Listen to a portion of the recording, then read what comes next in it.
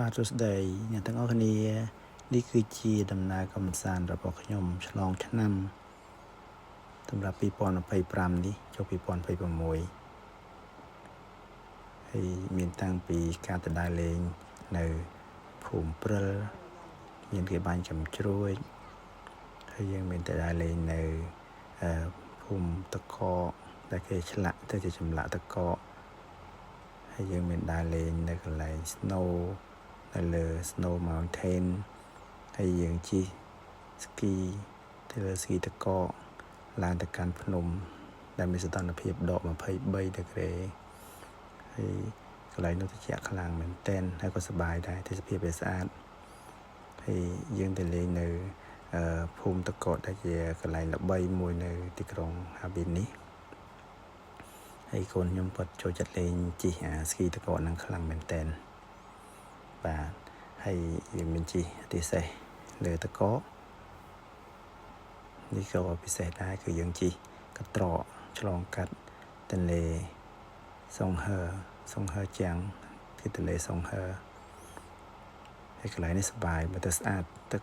ស្ទឹងកន្លែងទៅជាតកកហើយបាទដំបូងគឺយើងចាប់ផ្ដើមចេញពីពលានយន្តហោះអន្តរជាតិ KTI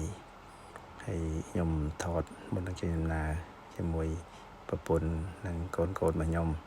នៅពលានយន្តហោះ KTI នេះគេសប្បាយខ្លាំងណាស់អត់ទាន់បានពាក់អាវល្ងាទេហើយយើងក៏មកដល់ transit នៅពលានយន្តហោះសៀងហៃពលានយន្តហោះសៀងហៃនេះធំមែនតើបាន transit 1 ម៉ោងកន្លះហើយគេដឹកយើងពីកន្លែងយើង landing ហ្នឹងមកឡើងយន្តហោះមួយទៀតតាមរយៈឡានក្រុងនេះដល់រកយន្តហោះឃើញហើយតកងនឹងគាត់បើកវិលចុះវិលឡើងពីជុំមកដល់រកយន្តហោះឃើញហើយពេលឃើញគឺយើងឡើងផ្ទាល់ពីដីទៅលើយន្តហោះចឹងឯងមិនដូចយើងមានប្រអប់ពេលដើរចូលដូចនៅព្រានយើងទេនេះជា local គេហើយនៅពេលដែលយើងបានឡើងមកនេះហើយក៏យើងទៅដល់ព្រានយន្តហោះហាប៊ីនដល់ព្រានយន្តហោះហាប៊ីនព្រោះយើងអត់ទាន់បានដូរកៅអៅទេហើយយើងនឹងត្រូវពាក់កៅអៅពីក្រៅមួយទៀតក្រាស់ដើម្បីទប់នឹងសីតុណ្ហភាពព្រោះនៅព្រានយន្តហោះនេះគឺពេលយើងទៅដល់គឺដក3ដឺក្រេគឺត្រជាក់ខ្លាំងមែនតើហើយយើងក៏ពាក់នៅព្រានយន្តហោះតែម្ដងហើយពេលយើងពាក់ហើយគ្រាន់តែចេញដើរទៅក្រៅហ្នឹងគឺត្រជាក់ខ្លាំងជាងនៅសៀងហៃទៀតតែសៀងហៃត្រឹមតែ3ដឺក្រេ1ដឺក្រេអីហើយល្ងាខ្លាំងគឺយើងអត់ទាន់ដែលស៊ាំនឹងសីតុណ្ហភាពហ្នឹងគឺត្រជាក់យកតែមែនតើស្អាងថាបើអត់កៅអៅហ្នឹងគឺទប់មិនជាប់ទេដូចកៅអៅទៅពីពេញហើយតែយើងអត់ពាក់ពីក្រៅតទៀតគឺប្រកាសជាទប់អត់ជាប់ទេល្ងាខ្លាំងមែនតើតែម្ដងហើយក៏វាជាបទពិសោធន៍ថ្មីមួយសម្រាប់ក្រុមគ្រួសារខ្ញុំដែរយើងអត់ដែលទៅលេងតំបន់ត្រជាក់អញ្ចឹងដល់ពេលយើងទៅជួបតំបន់ត្រជាក់បានដឹងថាវាប្លែកហើយក៏សប្បាយមួយយ៉ាងដែរដល់មកយើងក៏ឡើងឡានក្រុងគេមកទទួលយើងពីពលាននឹងទៅកាន់កន្លែងដើរលេងទៅកាន់អូតាទៅកាន់កន្លែងហូបអីនេះយើងឃើញ ATC របស់ពលានយន្តហោះហាប៊ីនហ្នឹងគឺសិតតែហុំផុតដោយតកកបន្ទាប់ពីយើងជិះមកគឺគេនាំយើងទៅរកទិញកៅអៅល្ងាហើយក៏នាំមកលេងនៅកន្លែងល្បីមួយគេហៅSan Sofia ហ្នឹងជាវិមានមួយល្បីជាទីកន្លែងដែលអ្នកទេសចរទៅមើលគេធ្វើលំនាំបែបរុស្ស៊ីវិមាន San Sofia ហ្នឹងព្រោះកាលពីជំនាន់មុនតំបន់ហ្នឹងគឺមានរុស្ស៊ីមានអីគាត់ចូលមករស់នៅលើទឹកដីហើយឡុងជាងហាប៊ីនហ្នឹងឯងហើយគេក៏បង្កើតជាតំបន់វិហាររបស់រុស្ស៊ីហ្នឹងឯងហើយកន្លែងហ្នឹងវាធ្វើយូរឆ្នាំហើយតាមខ្ញុំដឹងដូចជា100ឆ្នាំហើយវិហារហ្នឹង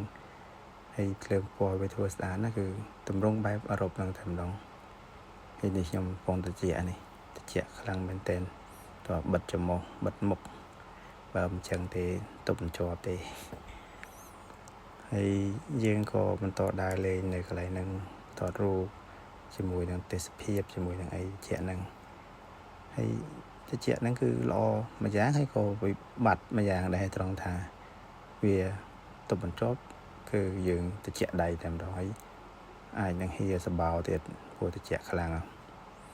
ចឹងតើថាយើងពាក់អាវជិត ពាក់ស្រោមដៃពាក់បើជាថ្ងៃក្រាស់ហើយនឹងរុំក្បាលរុំតិចរុំចាំមកតបមកយើងទៅហូបបាយហើយក៏យើងមក check in hotel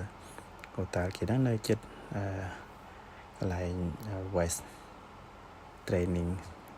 Train Center គេមែន West Training ខ្ញុំច្រឡំហើយ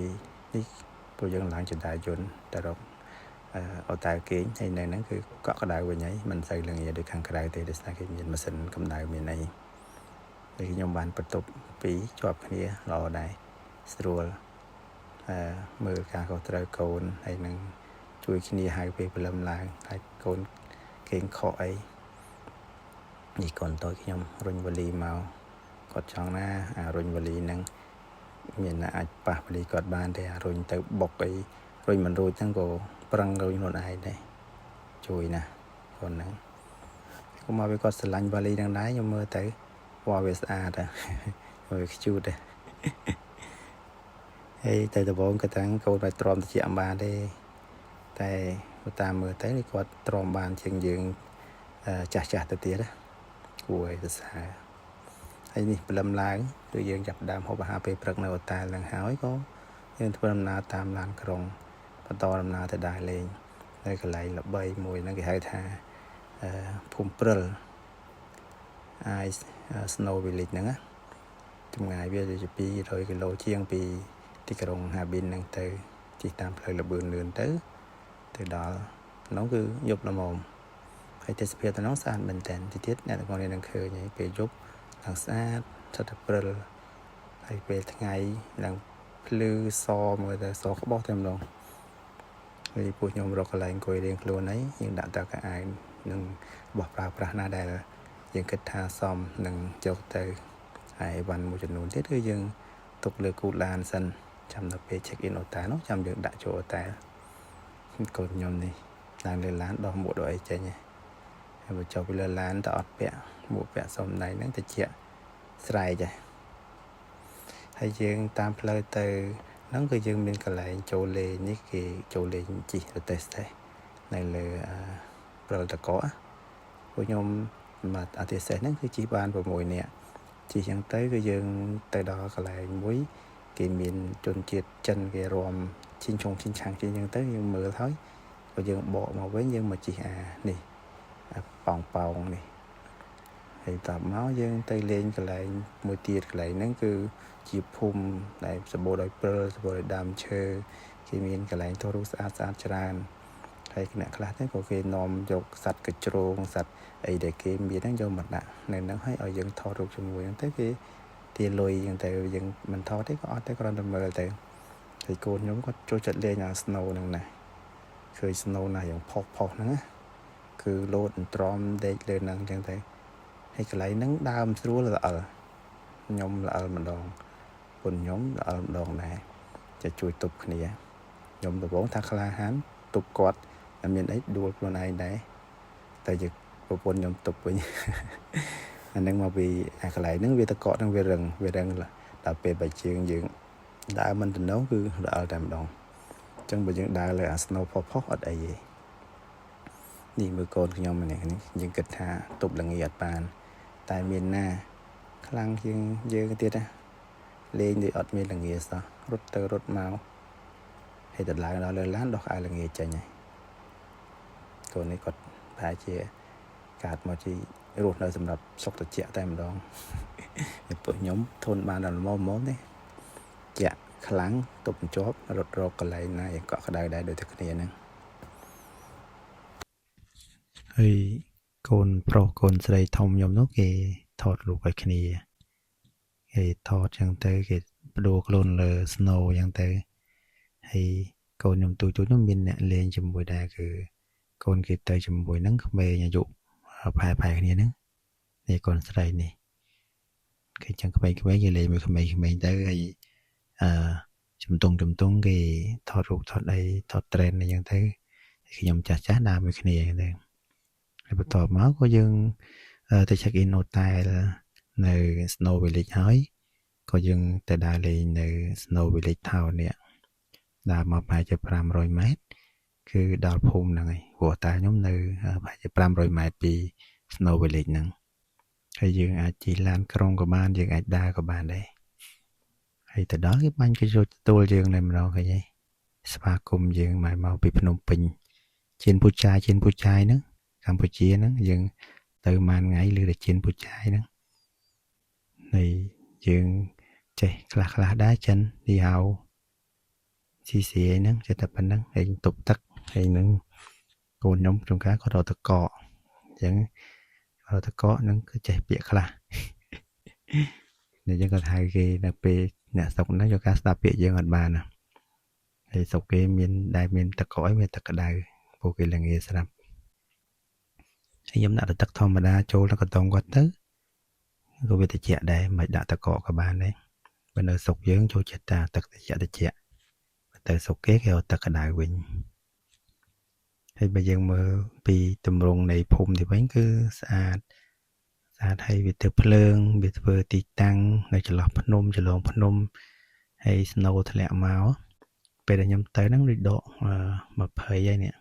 កាលហ្នឹងប្រពន្ធខ្ញុំគាត់ឆែកមើលទៅដូចជាដក20អញ្ចឹងបានកកទាំងលើផ្លូវកកទាំងលើដបូលហើយដើរទៅគឺព្រិលធ្លាក់មកហ្នឹងគឺវាទុំនៅលើអារោមភ្នែកយើងហ្នឹងក៏កកដែរហើយស្អិតបើយើងថតមកស៊ូមចិត្តបានឃើញ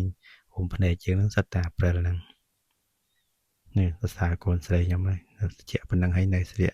ខ្លីទៀតណាហើយសួរកូនឯងតិចអត់អីផងយើងនេះពាក់ឃុំប៉ុណ្្នឹងហើយនៅរៀងតិចមកគាត់ទៀតហើយយើងដើរលេងនៅក្នុង snow ដើរលេងក្នុង snow village ហ្នឹងបានយូរដែរព្រោះយើងអត់មានបញ្ញាប់ទៅណាផងចង់ម៉ោងប៉ុន្មានក៏ម៉ោងប៉ុណ្ណឹងទៅចាំចូលគេងចឹងយើងដើរលេងចឹងទៅរត់ទិញអីញ៉ាំអីចុងក្រោយមានតែគុជនោះឆ្ងាញ់តាខ្ញុំចូលទិញមួយកូនខ្ញុំហើយជាម៉ាននេះដូច20យួនក្តៅមកឆ្ងាញ់ហើយខ្ញុំទៅដល់កន្លែងទីតាំងមួយនោះកូនខ្ញុំគាត់ជួយចលេងតកកគេមានសម្រាប់គៀបតកកចេញជាពុំហ្នឹងបានអាហ្នឹងមកចេញជាពុំឃ្លោកចេញជាពុំផ្កាយ៉ាងទៅថតត្រេនមួយកូនលេងហើយនេះព្រលឹមឡើងយើងក៏ជិះឡើងមកលើភ្នំកំពូលភ្នំហ្នឹងពីក្រោមមកគេជួលឡានមកដល់លើក៏ជិះម៉ូតូហ្នឹងមកដល់លើកំពូលភ្នំឯនេះ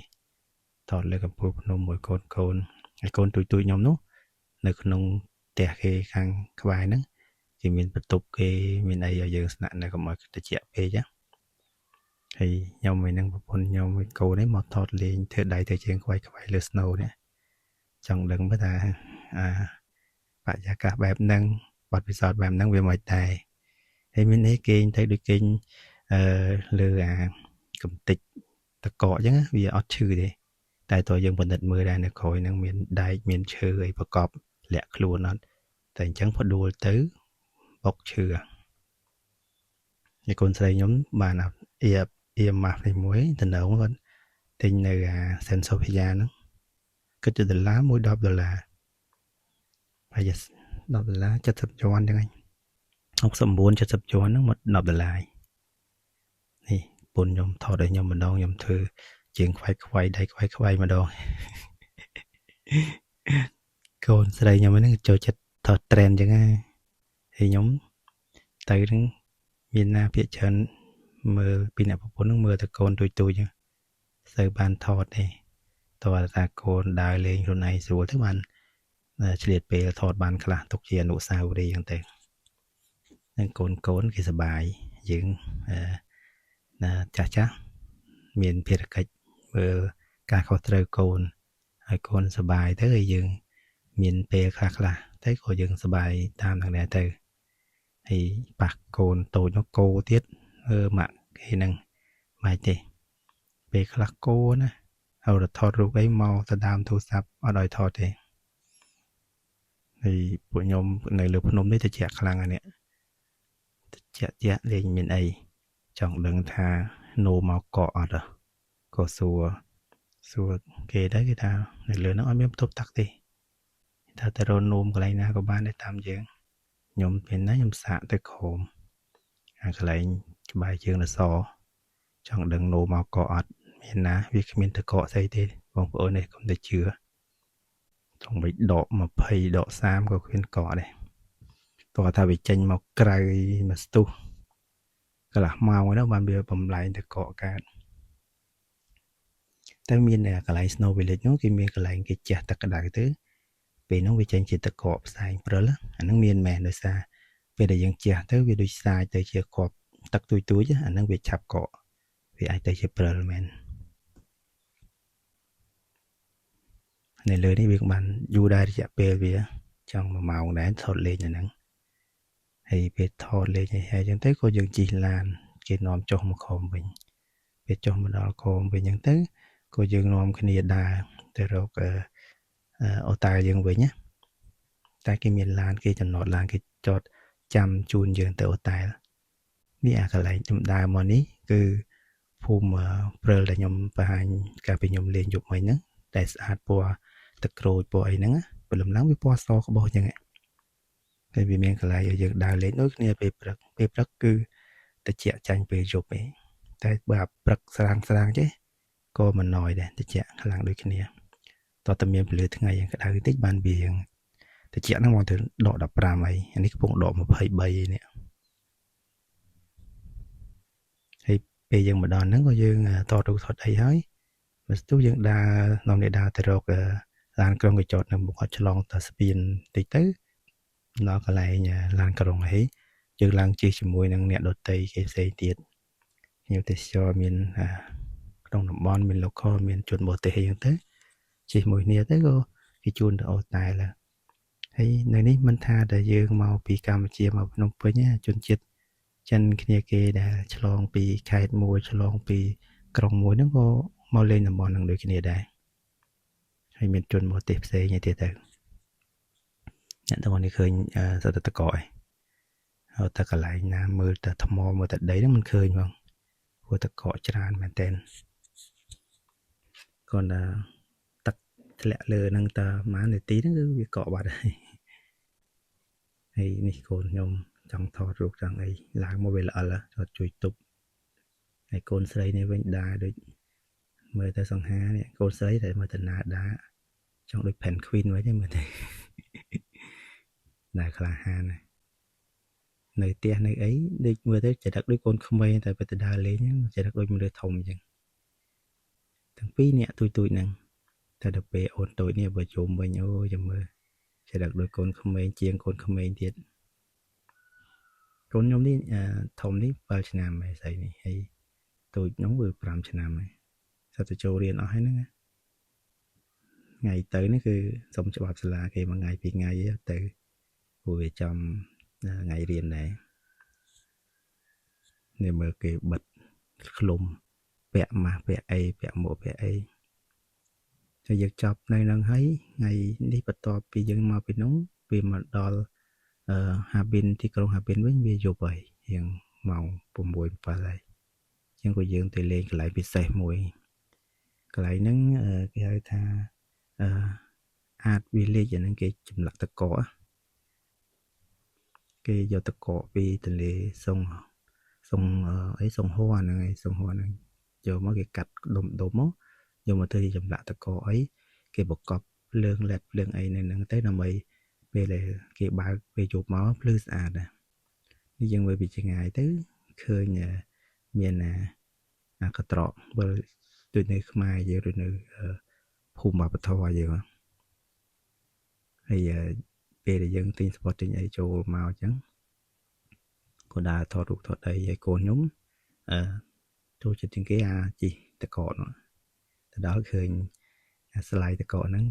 ចុះជីឡានទៅហ្នឹងហើយបើសិនជាយើងមិនហៅនាំទៅមុខទៀតទេអត់បានទៅមើលកន្លែងផ្សេងទេតោះតែលួងថាទៅលេងមើលកន្លែងផ្សេងសិនចាំមកជីទៀតបានព្រមនឹងមើលទេសភាពបេស្តាកន្លែងនេះកន្លែងគេសូឡានគេជិះឡាននៅតកកសូហើយយើងមកអត់ទីព្រោះយើងមិនចាប់អារម្មណ៍ខាងឡានខាងអីហ្នឹងទេកូនខ្ញុំចង់ទៅមើលថតរូបកន្លែងចម្លាក់តកកន្លែង Castle កន្លែងវិមានអីនោះហើយយើងក៏ចង់ជិះកត្រកនេះដែរប៉ុន្តែពេលយើងចូលទៅសួរការជិះវាយូរចំណាយពេលយូរ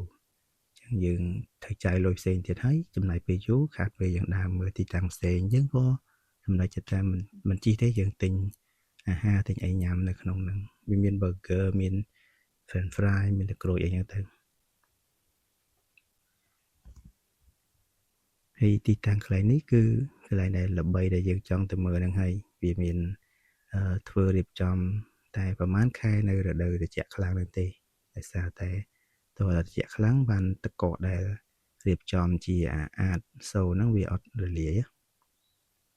ចឹងដូចរដូវគ្រីស្មាស់រដូវឆ្លងឆ្នាំអីហ្នឹងគឺមានអាហ្នឹងហើយពួកខ្ញុំបំណងប្រាថ្នាទៅគឺនាំកូនទៅលេងកន្លែងហ្នឹងឯងមុនទៅហ្នឹងសួរគេថាមានសបុតចូលអាហ្នឹងអត់បើអត់ទេយើងអត់ទៅទេបើមានយើងទៅហើយទៅគឺយើងបានដោយបំណងមែនទេបានចូលលេងសប្បាយខ្ញុំឯពុនខ្ញុំដើរមើលតកូនហ្នឹងខ្លាចពួកមនុស្សច្រើនណាយើងអត់មើលអត់អីខ្លាចវែងគ្នាហើយយើងដើរចឹងទៅគេមានច្រៀងគេមានតន្ត្រីធ្វើឆាកដូចនៅស្រុកខ្មែរអញ្ចឹងជនជាតិចិនតារាចិនគេឡើងច្រៀងអញ្ចឹងទៅណាហើយគេ live ដាក់នៅលើ screen LED ហើយយើងមើលកូនខ្ញុំនឹងវាថតម៉ាក់គេអ្នកថតដល់យ៉ាងនេះកូននឹងចេះរើសអាយស្អាតណាកូនពីរអ្នកធំហ្នឹងយើងមិនបាច់បារម្ភឯងគាត់ចេះរើសខ្លួនឯងហើយបើកូនទុយអានឹងម៉ាក់គេរើសឲ្យរៀបចំឲ្យខ្ញុំអីហ្នឹងខ្ញុំមិនសូវចេះរើសអាយដែរទេប្រពន្ធជួយរៀបចំឲ្យយ៉ាងទៅហើយខ្ញុំមកវិញចាំខ្ញុំអ្នករៀបចំទុកវិញទុកឲ្យខ្ញុំអ្នករៀបចំទុកបោកទុកដាក់អីទៅចាំឲ្យគាត់អ្នករៀបទៅតែយើងដើរលេងដើរអីនៅក្នុង snow ហ្នឹងសុបាយណាមានកន្លែងច្រើនមែនតែខ្ញុំដើរអត់ទេបើសិនជាឲ្យពេលខ្ញុំច្រើនក៏ដើរមិនអស់ដោយសារវាត្រជាក់ពេកអញ្ចឹងយើងត្រូវទៅរកកន្លែងណាដែលជ្រកសិនដើម្បីឲ្យកម្ដៅខ្លួនសិនបើមិនអញ្ចឹងទេទៅមកកន្លែងរួចហើយទោះមានពេលវេលាក៏ធន់នឹងត្រជាក់នឹងអត់បានយូរដែរហើយបើកូនខ្ញុំគាត់មិនសូវអីទេតែយើងអាយុច្រើនយើងគាត់អញ្ចឹងយើងអាចនឹងធន់ត្រជាក់មិនដូចក្មេង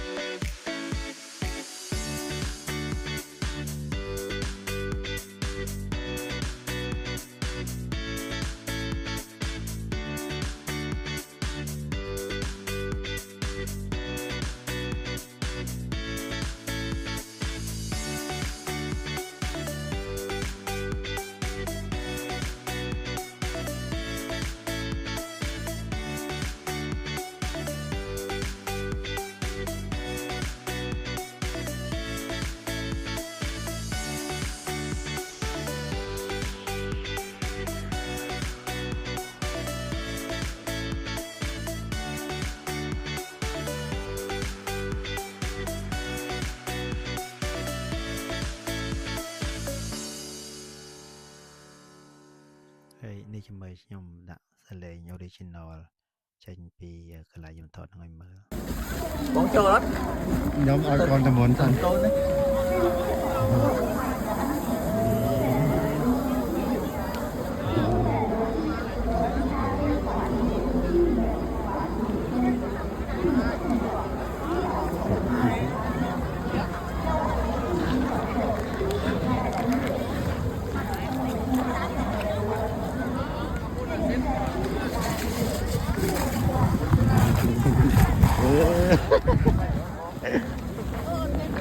Đầu tiên đây, đầu tiên đây. Tạt mặt đây, đây, tạt máu.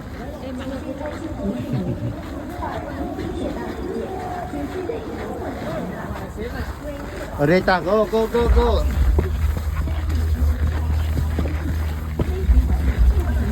Khăn đi con khăn này này.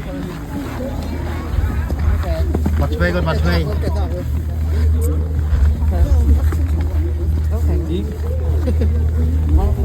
Đây là sập lang môi rồi mình từ chân miến. Sorry. Đây là tàu bóng miến. Đi mặt thuê. Đây khăn này con này. Khăn này chân này. This way, okay. Đang ngay, mỏng chua. Wait, this one first.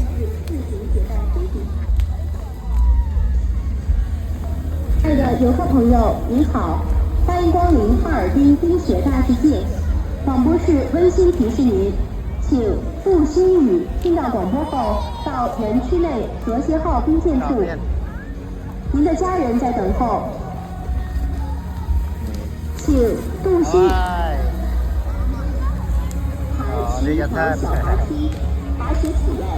抽冰筏、滑冰场。 欣赏自行车，同时还有雪地溜溜板、自行车、雪橇漂移、雪地摩托、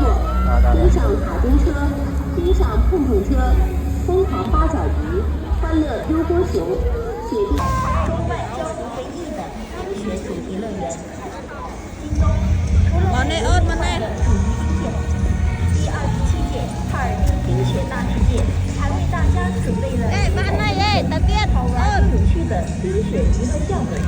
大型演出活动，期待您参与和互动。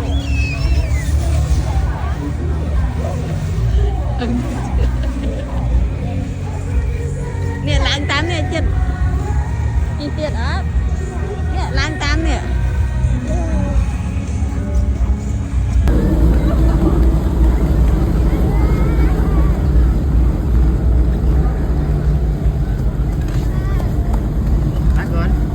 là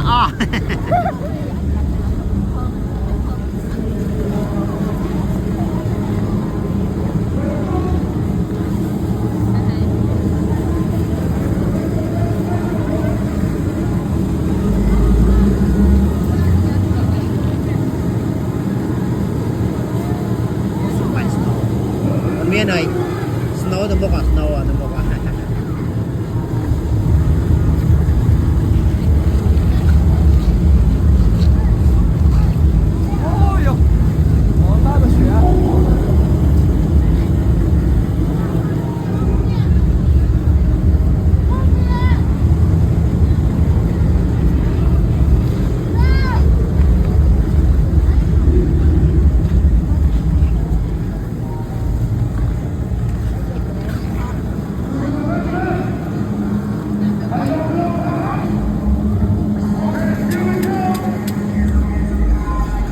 ta tầm nó thế nào à big one à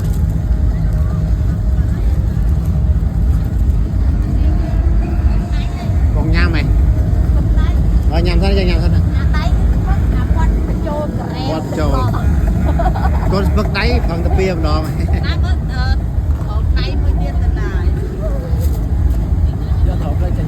hả ta thọ lại trên ban nó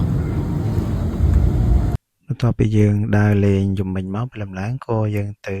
លេងកន្លែងល្បីមួយទៀតគឺជិះកន្ត្រកឆ្លងកាត់ទន្លេសង្ហួរដោយសារកន្លែងហ្នឹងពេលដែលយើងជិះកន្ត្រកហ្នឹងទៅយើងអាចមើលឃើញទន្លេហ្នឹងវាកកទៅជាតកកហើយដូចជាខ្ញុំប្រាប់ស្មិញហ្នឹងគឺទន្លេហ្នឹងឯងដែលគេយកតកកវាហ្នឹងកាត់ជាផ្ទាំងទៅធ្វើជា artwork នៅក្នុងអាតសូការពីជប់មិញហ្នឹងណា ហើយយើងក៏លេចមើលទៅក្រោមហ្នឹងគឺឃើញទឹកទន្លេហ្នឹងកកហើយផ្ទាំងកកវាហ្នឹងក្រាស់មែនតើអាសដែលយើងមើលឃើញហ្នឹងវាគ្រាន់តែជាក្រាមតកកទេតែអាខាងក្រោមក្រាមហ្នឹងគឺតកកឡើងថ្លាហើយកម្រាស់វាក្រាស់ណាស់ពេលយើងជិះក្នុងចប់ក៏គេនាំយើងទៅមើលកន្លែងសូមួយហ្នឹងគឺមនុស្សចាស់ដល់ហៅតកកហើយចេញពីក្នុងមកគឺយើងមកលេងភូមិនេះហៅ Volga Manor កន្លែងនេះដីវាធំវាធ្វើជាលក្ខណៈភូមិវប្បធម៌រុស្ស៊ីលក្ខណៈបែបជារុស្ស៊ីជាអឺរ៉ុបអញ្ចឹងវ៉ុលកាហ្នឹងដូចឈ្មោះរបស់ពាក្យរបស់រុស្ស៊ីអញ្ចឹងមែនហ្នឹងគឺកន្លែងកំសាន្តគេហ្នឹងឯងហើយនៅទីនេះគឺតិចខ្លាំងមិនខុសពីអាការដែលយើងទៅលេងភូមិអាតវើកនោះទេហើយយើងមានដើរលេងថតរូបទៅជីគេថាស្លាយតកតែស្លាយតកគេហ្នឹងជីបានវែងឡើងទៅជាន់លើហើយបានស្លាយពីលើចុះមកក្រោមទីទៀតអ្នកទាំងអស់នឹងឃើញពួកខ្ញុំនឹងដាក់ឲ្យមើលតាជីហ្នឹងយ៉ាងម៉េចពោះគ្នាខ្ញុំមានថតជាវីដេអូ selfie ហើយកូនខ្ញុំចូលចិត្តដើរលេងឈូតកកហ្នឹងហើយទាត់ចោតទាត់ឡើងដូចបាល់អញ្ចឹងគេទៅរកដុំតកកណារឹងនេះទាត់លេងហើយកូនធំនោះគឺគេទៅថតរូបនៅកន្លែងដើមឈើដែលមាន snow ហ្នឹងស្អាតទេសភាពវាដោយសារនៅស្រុកយើងអត់មានយើងនិយាយថាស្អាតហើយបើអ្នកដែលគេនៅហ្នឹងគេស្គាល់នឹងទេសភាពបែបហ្នឹងគេគិតថាធម្មតារបស់គេវិញណាចឹងមិនយើងមិនដែលឃើញយើងថាស្អាត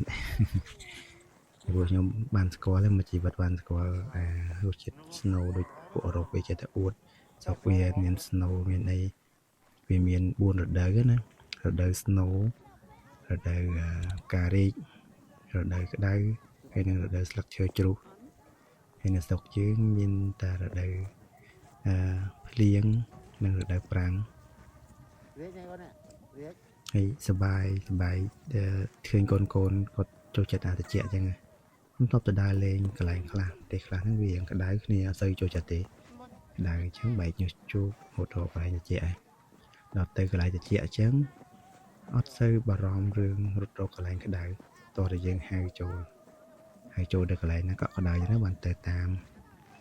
ព្រោះយើងអត់ដឹងថាគ្នាល្ងាឬក៏អត់វាអត់លឺនិយាយហងតែកូនស្រីខ្ញុំនេះថាត្រជាក់ដៃទេដោយសារតែគាត់អាសាទាញសំដៃចេញហើយយកទូរស័ព្ទមកថតរូបថតវីដេអូថត selfie អញ្ចឹងអញ្ចឹងវាត្រជាក់ព្រោះខ្ញុំដឹងខ្ញុំដកថតមក plate ខ្ញុំត្រជាក់ដែរហ្នឹងពេលតែវាត្រជាក់ហើយដាក់ចូលទៅស្រោបដៃវិញគឺអត់ងាយវាកក់ក្តៅទេព្រោះវាចូលត្រជាក់ដៃយើងហើយហ្នឹងតោះតែយើងកម្ដៅដៃយើងបានវាចុះបានវាឡើងកម្ដៅវិញតែកន្លែងហ្នឹងវាស្អាតពេលដែលយើងទៅលេង Volga Manor ហ្នឹងវាមានកន្លែងជិះស្គីគេមានជួលជិះលើទន្លេទេព្រោះកន្លែងហ្នឹងវាធ្វើនៅម្ដុំទន្លេដៃទន្លេចឹងអាទន្លេហ្នឹងវាកកទៅជាតកកចឹងគេមានស្ពានឆ្លងកាត់ទៅហ្នឹងឲ្យយើងដើរហើយក៏យើងជិះស្គីតកកមានគេដឹកម៉ូតូដឹកសេះលើហ្នឹងទៅកូនខ្ញុំនេះគេចេះលេង role play នេះគេបបួលលេង role play កូនស្រីធ្វើជាអ្នកលក់អាហារកូនប្រុសអ្នកអតិថិជនអត់ដើរគ្នាម៉ាក់គេនេះលេងមួយកូនហើយកូននាំលេងហ្នឹងតែហ៊ានមិនលេងជាមួយហ្នឹងកូនជុំឲ្យមើលហើយហ្នឹងអញ្ចឹងតើម្ដងកូនលេងដែរហើយកូនពីរនាក់ខ្ញុំនោះនៅដើរថតរូបនៅអីយ៉ាងទៅហើយពួកយើងឃើញមានសំពៅនៅកន្លែងជ្រុងខាងនោះអញ្ចឹងចង់ទៅថតរូបថតអីលេងសំពៅហ្នឹងហើយពួកខ្ញុំក៏ទៅរកមើលអាផ្លូវចូលដល់រកផ្លូវចូលទៅអត់ដឹងថាវានៅកន្លែងណាហើយមិនដឹងថាវាលក់ជាសបត់ឲ្យយើងចូលឬមួយក៏យើងអាចចូលទៅ free ថតបានតែទៅដល់កន្លែងនោះខ្ញុំចូលទៅគេមានលក់តែគុជលក់អីហើយក៏សួរនាំគេទៅគេអត់សូវចេះអង់គ្លេសគេនិយាយតែចិនមួយយើងតែចឹងពួកខ្ញុំនិយាយខ្មែរដាក់វិញវាក៏វាក្បាលដែរខ្ញុំដឹងថាវាអត់ចេះដែរអត់ចេះអង់គ្លេសដែរតែចឹងខ្ញុំនិយាយខ្មែរមកទៅបាទជុលឲ្យវាស្ដាប់អត់បានដែរតែចឹងវាក៏វាក្បាលបដ ாய் អញ្ចឹងមិនដឹងអីវាឆ្អល់ចុចនេះចុចនោះសួរប្រហែលយន់ហ្នឹងទៅទិញទៅនេះអាកន្លែងជីស្លាយតកដែលខ្ញុំនិយាយមិញគឺគេជីពីលើមកបានឆ្ងាយណាឆ្ងាយពីលើមកហើយលបឿនវាលឿនណាគេហាមថតហាមអីដែរគេខ្លាចគេលោកយើងជួសទូរស័ព្ទទប់ខ្លួនអត់ជាប់តែអ្នកខ្លះគាត់ក្លាហាននេះគាត់នៅតែហ៊ានថតអញ្ចឹងបើមិនអញ្ចឹងអត់មានរូបថតអត់មានវីដេអូជាអនុស្សាវរីយ៍មើលនេះខ្ញុំក៏ទៅជាមួយគ្នាហ្នឹងគាត់ថតមកក៏ស្អាតដែរណាជីស្អីឲ្យសុបាយមែនតែនវាកាច់ខោងអីអាលាក់ហើយចង់បើយើងទប់ខ្លួនអត់ជាប់ទេ đua lại từ kịch ba cho mùi nâng từ cọ nâng về dương lên nhà nâng hay chọc đo màu hiệp tới với những tranh màu nó không tha kia nó không program nữa nâng kim miên cái lấy đã công đại đây ở dương ít đại bộ phận nhung quân thọ thấy phò nông Facebook nữa một cái tham sinh bị xe này cái lấy nâng bị xe men bị xe bờ miền là nâng bị chui cũng đại luôn cũng đại một dương này ban màu vòm vậy nhé thì trực tế có dương nó sẽ chia tự chạy dù bực dù đây nhà class bực đó nó đăng đáy nè thì nhóm ở đây đấy nhóm tầng mưa tha chẹt lắng đã đây cho xong đại vật mưa tha ai dạng khôm thì thấy ai độ đây thôi rút thôi đây bàn selfie bàn đang thôi cho video clip này như thế cái con nhóm đi rồi được mạo bên này khi thôi đặt bàn đi hay dựng bộ mà đo lọt tài vén về giúp thời đồng ngày chồng cho nắm nhóm có buộc taxi ta mà đi cái nắng fg mấy chun câu nhóm tay chồng cho nằm từ 10 cái chồng cho nằm bánh rồi đây này cái lại Stalin Park cái lại nắng ấy mình được cái từ 10 cho hay là nắng chop cho môi nắng Central Street pedestrian ghế đó cái lại hay ta play đi dọc dưới cái walk street này street đó về từ đó thì nhầm thọt tục chiến lúc sau vì mà lấy cái thơ tay đôi chân là xiêm riệp chẳng xa đôi cái nia hay còn là tham mình được người tràn cho bà chị chuột người tràn dường hay nhẹ tay cho lòng cho nắm của tràn của nhầm đà nhắn người đấy thọt được mưa khăn cào vậy là khắp mình được bắt thấy bị chuột chết chân hay miền đồ xi khác đây thì đại thì tới miền bali cái chăm thừa cho chămรับเยอะได้ฉลองจบเลยกล่อมได้เรื่องมือก่อนฉลองเลยเลยแต่ไปฉลองเลยเลยไปเด็กจมดาจบฉลองชนะหอยภายเจียมาสตุมันคือกิมเงินเธอจะได้จอเป็นผลิตเกี้ยคือโชว์จะจูบังเลยยังตื้อก็เอาลานเมาเป็นมันเลยฉลองเป็นน้องอับเลยผมได้เบี้ยบัตรเลยให้เราไปมันเลยฉลองพอดยังไงบัตรมันเลยมาดองยังอ้อยลานเติมดองhay beli cái nắng cái đã mau của mũi lan krong beli nắng trong mà nụ xe na thom mũi ấy mà rồi bị rồi nè ấy miền này nè châu bắn nước xe nè miền này nè chầm cọt lan xe nè miền này dây micro xe từ tí dưng chọc bị nóng dưng trên bị liền hạ bên màu vậy nè từ thu làm nào từ nông bình vậy nhé khi nhầm thọt về trên máu hơi snow bên là khang krong xã đó mới tới sập hiệp ọt lẹ khả nạ khiêu rằng ngạt tới sọc xài dưới này tới chế xã lẹ khả nạ tới cọ với nhá so snow mới tới trong đôi xài một bờ này khang capot khang cạp dưới cái này thì bây giờ dương tôi làm nào trên pin nâng màu trắng dương từ transit nơi Wuhan này nhầm rồi là cười nhỉ cả là máu dương transit nơi Shanghai là về dương từ bị Hà Bình trong Bình Bình dương từ transit nơi Wuhan thì transit Wuhan hết bên dương từ KTI nơi bên họ trong Bình dương thì đi nhầm thọt ban chủ đại địa công phu về chỗ và rồi mai bây giờ mai chỉ là bọn mai thì dương mới bị lựa chọn họ tới hay dương cô mau transit nơi Wuhan đi Wuhan thì trên nhầm nào trên tới xa nhầm transit ní bia chầm này về mình du đấy lừa này màu ấy cho sơ stay hay dương về tạm đi màu ấy hay có dân trên nhầm nào vì Wuhan á từ nông bấy nhé bị dục vậy về dân trên như nào từ đọc nông bấy về tôn phải cho màu trên đập bí nè rồi giờ tranh bên này từ màu được chỉ bằng 4 thường nào quay màu trên chật buồn màu hay mà nói ní chỗ đặc đầy giống nhóm có thọt mà đồng đi bị lừa dần họ tới khi người ta tê dương miền phơi miền ấy phơi cha đôi số kê chẳng bây giờ mình thọt ở cái này dân mới ở đằng người ta học mà dân on rồi là người ta bớt nè mà phơi ní cái lại ní mà đồng nó cay là nhận thọt nè nó cay là dân chỉ phơi cho lấy bông muối á từ căn cặp bông cha mấy năng à phơi để chạy trên bị spin phải cái đa màu á nhưng nó cái như này nữa thì mưa phơi nữa được cái con hút chai tập mỗi dân có một đò liền nhận họ KTI này ចុះចតដោយសុវត្ថិភាពនេះមានយន្តហោះគេយន្តហោះឯកជនគេចតក្នុងដែរនេះម្ដងហ្នឹងឯងមកតាចុះពីពលានcheck out check អីហើយរកតាក់ស៊ីរកអីទៀតខ្ញុំតបានម៉ោង1ជាង